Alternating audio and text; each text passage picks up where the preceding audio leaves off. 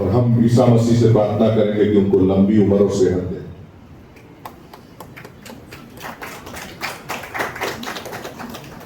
बनारस से यहां तक चलकर आए, एक बहुत बड़े मजहबी रहनुमा और ईसा मसीह का प्रेम का संदेश पूरे देश में फैलाने वाले फादर आनंद साहब और बहुत जागरूक, बहुत अच्छे वक्ता, बहुत अच्छे ज्ञाता, बहुत अच्छे सोशल वर्कर, लीडर, कानपुर से यहां तक चलकर आए छोटे भाई साहब, और हम सब के लिए प्रेरणा स्रोत और हम सब के लिए परम आदरणीय, हम सब के सरपरस्त और हिंदुस्तान के मजलूमों को, बेगुनाहों को जेल की सलाखों से बाहर निकाल कर एक नई जिंदगी, नया जीवन देने वाले आज की इस महफिल की सदारत फरमा रहे हैं जनाब मोहम्मद शोएब एडवोकेट साहब, और प्रशासनिक सेवा में रह के हिंदुस्तान के संविधान के हिसाब से जिसने शपथ ली हो, उस शपथ के हिसाब से उसको लगा कि शायद वो शपथ के हिसाब से अपनी सेवा को नहीं कर पा रहा है, अंजाम नहीं दे पा रहा है, इतने रिस्ट्रिक्शंस, इतने बाउंडेशंस, और ऐसे बाउंडेशंस जो उसको ईमानदारी से सेवा में काम करने के लिए इजाजत नहीं देते हैं और मजबूर करते हैं कि वो काम करे जो संविधान नहीं, सत्ता चाहती है, उस नौकरी को लात मार करके आपके बीच आज ईमानदारी से आपकी सेवा करने के लिए, संविधान के मूल्यों की रक्षा करने के लिए भाई हर्षवर्धन जी, मैं आपका स्वागत करता हूं। हमारे पीछे फादर डोनाल्ड साहब बैठे हुए हैं। डोनाल्ड साहब ने और हमने, जॉन दयाल साहब ने आज से 20-25 साल पहले से एक मुहिम छेड़ रखी है, और तमाम मुहिम में हमारे बीच डोनाल्ड साहब रहे हैं, और बहुत सारे प्रोग्राम्स की सदारत जॉन दयाल साहब ने की है दिल्ली से आके। मैं फादर डोनाल्ड साहब का शुक्रिया अदा करना चाहता हूं कि आज वो भी पूरी हिम्मत के साथ, पूरी ताकत के साथ हम सब का हौसला बुलंद करने के लिए यहां मौजूद है। दोस्तों, बेहद संजीदा एक्टिविस्ट हमारी भाभी भी हो सकती हैं और बहन भी हो सकती हैं, अरुंधति जी यहाँ मौजूद हैं, मैं उनका खैर मकदम करता हूँ, स्वागत करता हूँ सोशलिस्ट पार्टी इंडिया की तरफ से और इस महफिल की तरफ से। दोस्तों, आज की ये मीटिंग और आज का ये प्रोग्राम और आज के ये मेहमान, ये मुझे लगता था शायद, और इसलिए लगता था कि शायद मैं मुस्लिम हूं और मैं अगर इस प्रोग्राम को करूंगा, इस मीटिंग को ऑर्गेनाइज करूंगा, तो आज के जो हालात हैं इसमें शायद वो ग्रेस नहीं आएगा। मैं अकेला महसूस कर रहा था, और वकील होने के नाते मैंने बहुत सारे मुकदमे देखे हैं, तो मुझे लगता था कि लगातार ये जो कानून बना है इसका दुरुपयोग हो रहा है, और दुरुपयोग नहीं हो रहा है, शोषण हो रहा है, चाहे पुलिस के स्तर से हो, चाहे कोर्ट के स्तर से हो, चाहे समाज के स्तर से हो। तो मैंने बड़े भाई संदीप पांडे साहब के सामने पूरी बात रखी। संदीप पांडे साहब ने कहा कि नहीं, मैं इस शोषण उत्पीड़न की लड़ाई में पूरी तरह आपके साथ हूं और पूरी तरह मैं इसका नेतृत्व करूंगा। संदीप पांडे जी का जो व्यक्तित्व है, संदीप पांडे जी की जो सोच है, जो कारकर्दगी है, उसके हिसाब से ये कहते हुए कोई अतिशयोक्ति नहीं है कि आज के गांधी हैं संदीप पांडे जी। लेकिन मैं बार बार इनसे रिक्वेस्ट करना चाहता हूं, कहना चाहता हूं कि संदीप पांडे जी, गांधी जी को भी अहिंसा आंदोलन का नेतृत्व करने के लिए आगे आना पड़ा था, फ्रंट पर आना पड़ा था। तो आप पीछे मत बैठा करें, आपको भी यहाँ फ्रंट पे बैठना चाहिए। मैं एक शेर कहना चाहता हूं संदीप भाई के लिए। दिल में जुनून, आंखों में देशभक्ति की चमक रखता है। दिल में जुनून, आंखों में देशभक्ति की चमक रखता है। दुश्मन की जान निकल जाए, दुश्मन की जान निकल जाए, आवाज में इतनी दमक रखता है। तो आपकी ताकत से हम सब यहां बैठे हैं और आपको नेतृत्व करना है, आपको लीडरशिप करना है। अभी बहुत बड़ी बात रूपरेखा वर्मा जी कह के गई कि मैं ईसाई के साथ नहीं, मैं मुसलमान के साथ नहीं, मैं हिंदू के साथ नहीं, मैं संविधान के साथ हूं, मैं देश के साथ हूं। अभी हमारे बीच में नहीं है, चली गई। मैं ये कहना चाहता हूं कि हम क्यों आपके साथ हैं। मैं एक सोशलिस्ट हूं और पक्का सोशलिस्ट हूं। सोशलिस्ट सिर्फ सत्ता के लिए काम नहीं करता है, सोशलिस्ट सामाजिक न्याय के लिए काम करता है। सत्ता हमारे सेकेंडरी चीज है। आज जो लोग अपने को सोशलिस्ट कहते हैं, वो सोशलिज्म के नाम पे वोट तो लेते हैं, लेकिन वो परिवारवादी है, वो समाजवादी नहीं। दूसरी चीज, मैं एक देशभक्त हूं, संविधान को मानता हूं, और अभी जो हम लोग यहां इकट्ठा हुए हैं वो राइट के लिए इकट्ठा हुए हैं। राइट क्या है? Fundamental right. हम हमेशा राइट की बात करते हैं, अधिकारों की बात करते हैं, लेकिन क्या आपने सोचा है कि हमारी कोई ड्यूटीज भी है? संविधान ने ड्यूटीज भी बताई हैं। और मेरी एक इंडियन होने के नाते, संविधानवादी होने के नाते ड्यूटी है कि संविधान के खिलाफ कहीं कोई काम हो रहा है, संविधान के राइट्स के खिलाफ किसी का शोषण हो रहा है, कहीं पर उत्पीड़न हो रहा है, तो हमको आवाज उठानी चाहिए। ये एक सच्चे देशभक्त और सच्चे इंडियन की पहचान है। उस अपने जो कर्तव्य है, उस कर्तव्य के नाते आज हम यहां आपकी मीटिंग में मौजूद हैं। दोस्तों, ब्रदर जॉन दयाल साहब बहुत जानकार हैं और बहुत जबरदस्त एक्टिविस्ट हैं। उन्होंने अभी इशारों में कुछ बातें आपको बताई। ये जो प्रोपेगेंडा आज है, ये आज का नहीं है।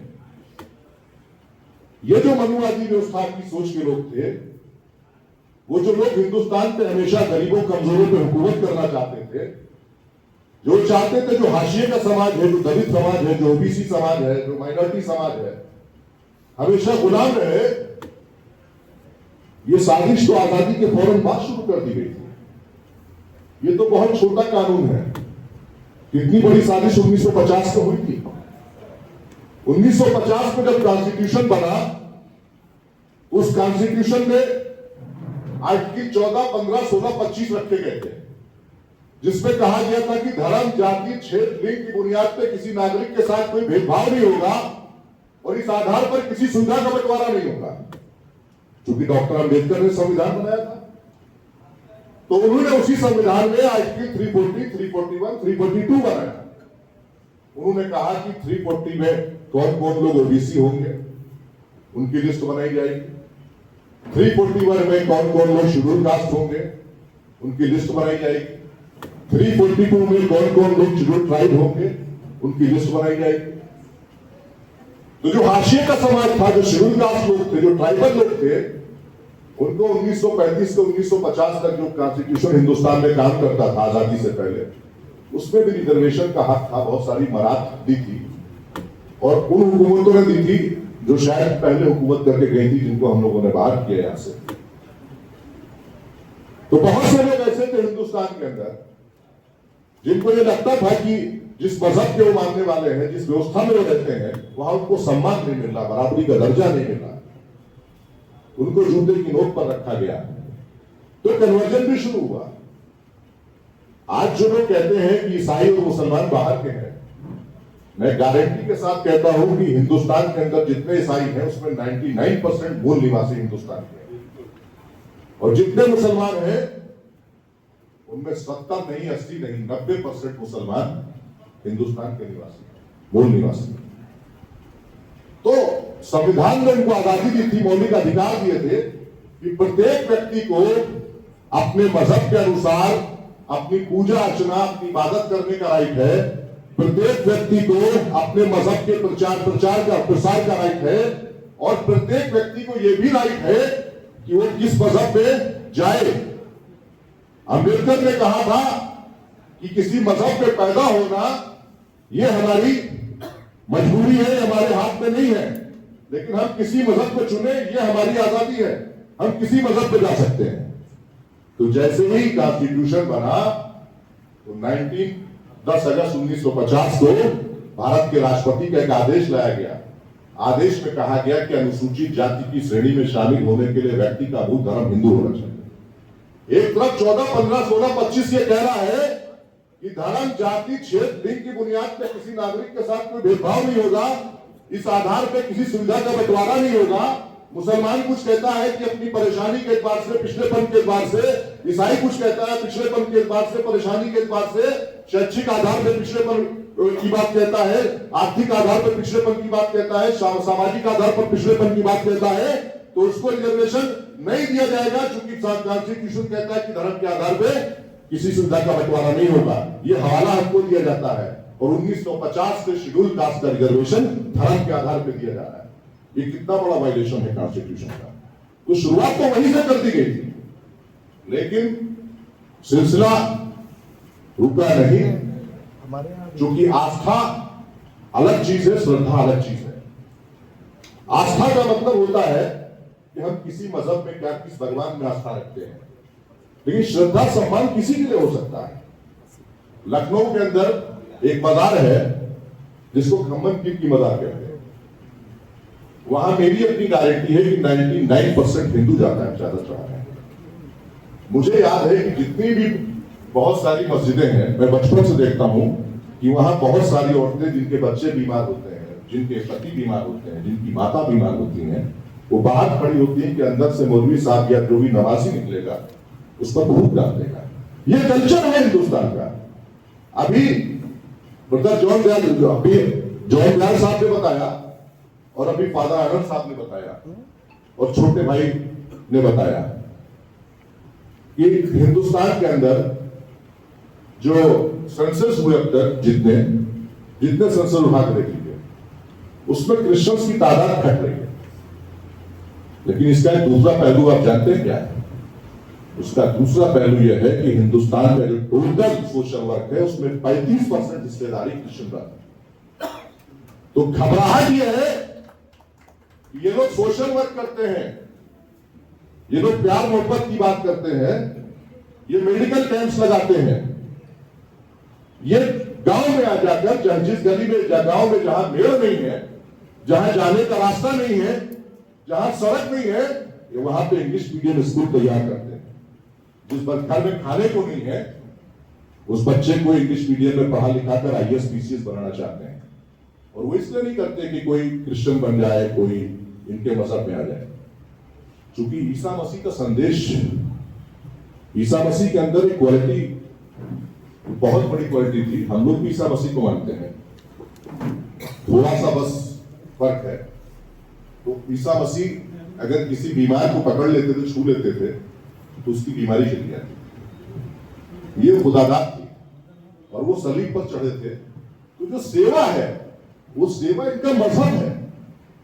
लेकिन आज सेवा करने वालों लोगों को सिर्फ और सिर्फ इसलिए परेशान किया जा रहा है, उसके पीछे पॉलिटिकल वजह है।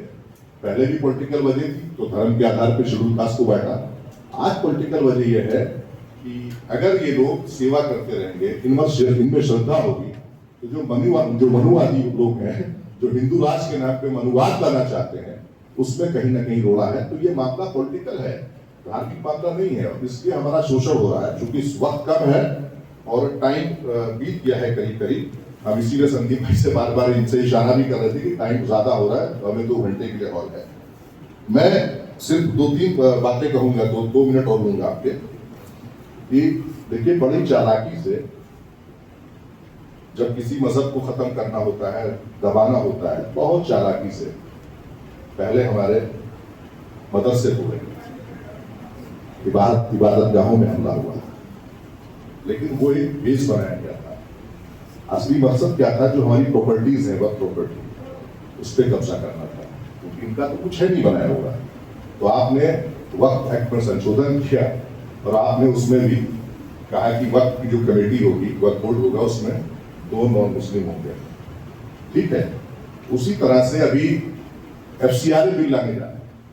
तो FCRA बिल लाने के पहले की तैयारी है। FCRA बिल में प्रावधान क्या है? FCRA बिल में ये कहते हैं कि जो भी पैसा फॉरेन से आया है किसी संस्था के पास, अगर उसका FCRA कैंसिल होता है या निलंबित होता है, तो वो प्रॉपर्टी एक प्राधिकरण के पास चली जाएगी। और प्राधिकरण कौन होगा? रिसीवर कौन होगा? गवर्नमेंट का होगा। तो आपके जो इदारे हैं, आपकी जो संस्थाएं हैं, जो मजबूत संस्थाएं हैं, क्योंकि हिंदुस्तान का पूरा एजुकेशन सिस्टम भी आपने संभाल रखा है, मुबारकबाद के मुस्तहिक हैं आप लोग। ये पूरा एजुकेशन सिस्टम हिंदुस्तान का ईसाई समाज की वजह से बचा हुआ है, तो उससे उस पर कब्जा करना है। मैं 2 चीजें, 2 डिमांड करता हूं कि मैं इस कानून की पूरी तरह से मुखालफत करता हूं, उत्तर प्रदेश सरकार से मांग करता हूं कि ये कानून वापस होना चाहिए, और जो भी फर्जी मुकदमे हो रहे हैं, एक मॉनिटरिंग सेल बनना चाहिए जो मॉनिटर करे किसी भी FIR को दर्ज करने से पहले कि इसमें कितनी सच्चाई है। अगर कोई वाकई धर्म के खिलाफ काम कर रहा है, कोई वाकई कानून के खिलाफ काम कर रहा है, उसको सजा दीजिए, हम रोकने नहीं आएंगे। लेकिन अगर इस तरह से आप शोषण करेंगे, अत्याचार करेंगे, तो हम और संदीप भाई, भले ही कोई खड़े ना हो, लेकिन हम और संदीप भाई जरूर उस भीड़ का नेतृत्व करेंगे, उसके साथ आएंगे जो ऐसा काम करता है। इस तहरीक को हम लोग पूरा का पूरा, हम आपसे कहना चाहते हैं कि आप घबराइए नहीं, आप डरिए नहीं, आप परेशान मत होइए। जो हिंदुस्तान के सोशलिस्ट हैं वो आपके साथ खड़े हुए हैं। सोशलिस्ट पार्टी इंडिया पूरी तरह से आपकी तहरीक को उठाएगी, पूरी तरह से आपका समर्थन करेगी। आप निकल कर आइए, आपकी आवाज से आवाज मिलाने का काम हम करेंगे। बहुत बस एक शेर के साथ अपनी बात खत्म करना चाहता हूं कि नई सुबह चाहते हैं, नई शाम चाहते हैं, नई सुबह चाहते हैं, नई शाम चाहते हैं, जो ये रोजो शब बदल दे, जो ये रोजो शब बदल दे, बस वो निजाम चाहते हैं। खुदा हाफिज़।